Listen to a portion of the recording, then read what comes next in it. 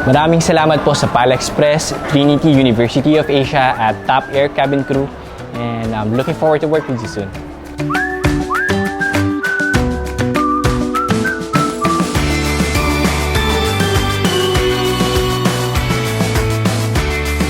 Good morning. On behalf of PAL Express, we would like to thank the cabin crew aspirants who came today. Thank you for your time. And we also would like to thank Trinity University of Asia, our partner, and Top Air for their hospitality and giving us this opportunity to interview cabin crew aspirants.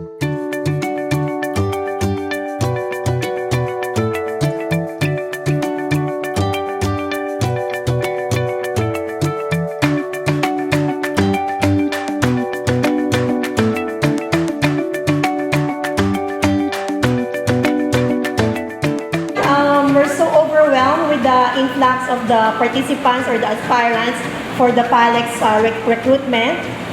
Happening now here at Trinity University of Asia.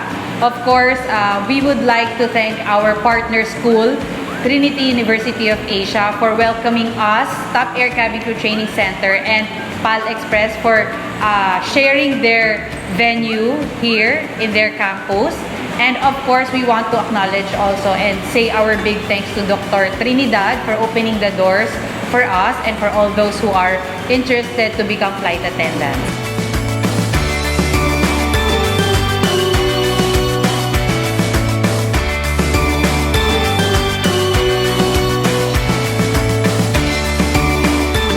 Hello everyone, I would like to thank PAL Express, Trinity University of Asia, Top Air Cabin Crew. I am very much excited to fly with you soon. Again, thank you PAL Express. Thank you, PAL Express, Trinity University of Asia, and Top Air Cabin Crew. Hoping to fly with you soon.